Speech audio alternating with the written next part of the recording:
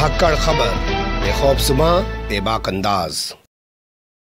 धाकड़ खबर के news room से मैं आपके साथ हूं अकरम रईस खान। एक जमाना था जब कोई शराब पीता था ना तो पूरा मोहल्ला उसका बायकाट किया करता था, और वो भी चुपचाप आके अपने घर में घुस के सो जाया करता था। या अगर वो नौटंकी भी किया करता था और चार लोग अगर उसको कुछ कहते सुनते थे तो उसको शर्म आ जाया करती थी। लेकिन आज फैशन बन गया है, लोग पूछते हैं अरे पीते नहीं हो क्या?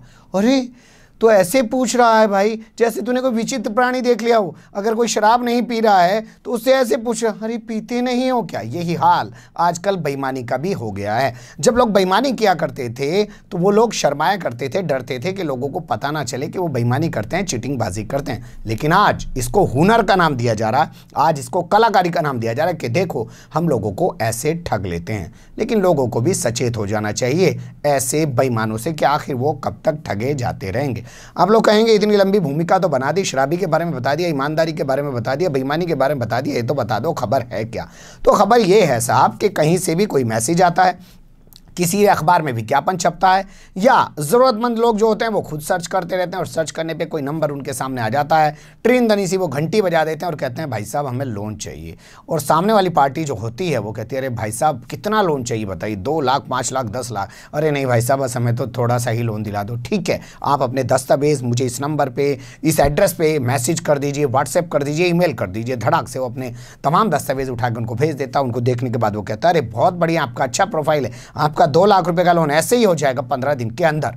बस आपको करना क्या है, आपको फाइल चार्ज के नाम पे 3000 रुपये देने पड़ेंगे। सामने वाला जांच लेता है ना कि भैया 2 लाख का लोन कराना है, इसके पास इतना ही होगा, तो 3000 रुपये वसूल लेता है। उसके बाद नेक्स्ट टाइम में आपसे फिर फोन करता है आपकी फाइल अप्रूवल के लिए चली गई है। लेकिन लोन देने से पहले अब बैंक ने कंडीशन लगा दी है कि आपको अब इंश्योरेंस भी कराना पड़ेगा। आखिर पैसा अगर डूब गया तो बैंक कहाँ से लेगा? फिर क्या करें कि ठीक है आप 10,000 रुपये और भेज दीजिए, तो 10,000 रुपये बेचारा और भेज देता है। उसके बाद तीसरी कहानी शुरू होती है। वो तीसरी कहानी में वो कहता है कि अब आपका लोन अप्रूवल हो चुका है, मैनेजर को भेंट चढ़ाना है। ये आपको भेंट तो देनी पड़ेगी। देखिए बीमा तो आपका अपना है, फाइल चार्ज का चार्ज वो बैंक लेता नहीं है, लेकिन कम से कम ये मुंह मीठे के नाम पर आपको देना पड़ेगा, तभी आपका पैसा आपके अकाउंट में पहुँचेगा।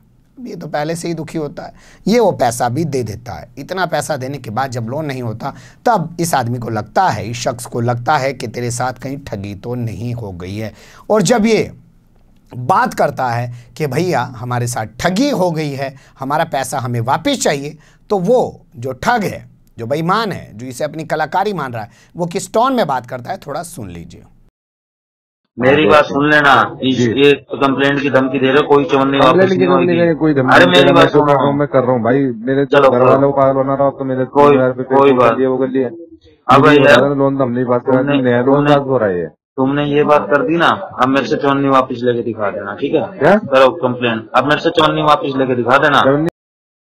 सुन लिया आपने कैसे धमका रहा है कि चवन्नी भी लेके दिखा देना। अब आपको बताते हैं पूरा मामला आ कहां से रहा है। वैसे तो ये मामला पूरे देश के अंदर गली गली से फैला हुआ है, लेकिन ये खबर हमारे पास हमारे एक व्यूअर ने भेजी है जो दिल्ली के जाफराबाद इलाके के रहने वाले हैं। उन्होंने बताया कि उनकी बेटी ब्यूटी पार्लर करना चाहती थी, तो उनकी मिसेज ने ऐसे ये लोन के लिए बात की, अपने तमाम दस्तावेज उपलब्ध कराए, तो उनके साथ इस तरीके की ठगी हुई। उनका नाम है शहनाज अंजुम। उन्होंने पूरा वीडियो बना के भेजा है, मैं चाहूँगा आप लोग सुन ले। पैसा तो उनका मिल नहीं पाएगा भैया, कोई पुलिस भी नहीं दिला पाएगी, क्योंकि इन लोगों ने खुद ही जा जाके बैंक में पैसा जमा किया है। तो इसमें ये भी नहीं कह सकते कि हमारे साथ ठगी होगी। हाँ, इनके पास जो रिकॉर्डिंग है, तमाम दस्तावेज हैं, अगर पुलिस चाहे तो उस पर एक्शन ले सकती है। लेकिन इस खबर को आपके सामने रखने का मकसद ये है कि आप लोग तो बच जावें कम से कम, ये गरीब तो लुट पिट गए। सुन लीजिए इनकी ज़बान ये बता रही हैं।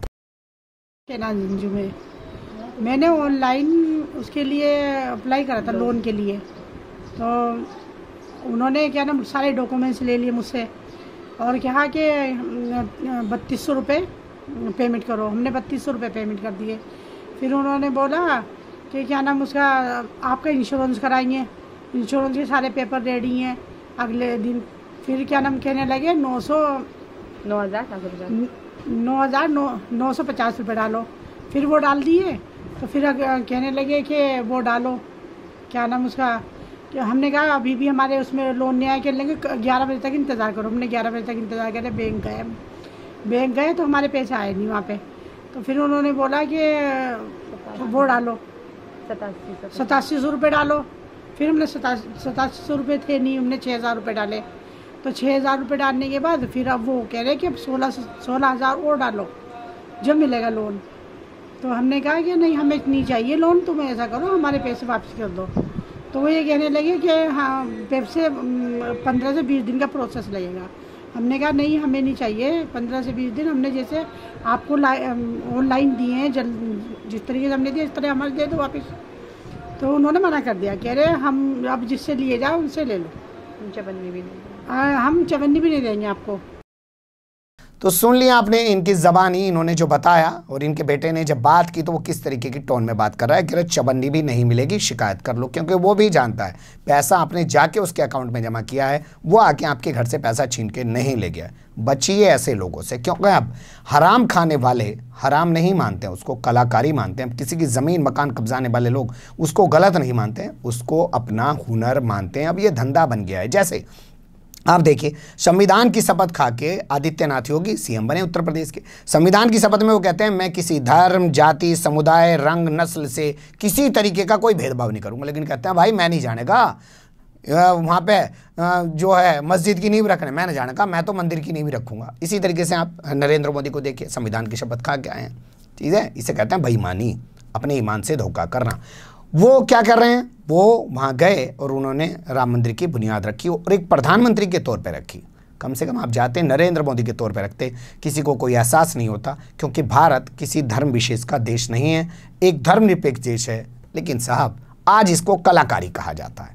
तो बने रहिएगा धाकड़ खबर के साथ। ऐसी कलाकारी के जरिए ठगे जाते रहिए और फिर बाद में सोचते रहिए कि आखिर हम कब तक ठगे जाते रहेंगे। कमेंट्स के रूप में आप लोग अपनी राय दे सकते हैं, खबर को लाइक कर सकते हैं, चैनल को सब्सक्राइब कर सकते हैं और ज़्यादा से ज़्यादा हमारी खबरों को शेयर कर सकते हैं। फिर ऐसे किसी सुलगते हुए या उलझते मुद्दे लेकर मैं आपके सामने हूँगा हाजिर। फिलहाल अभी मुझे दें इजाज़त।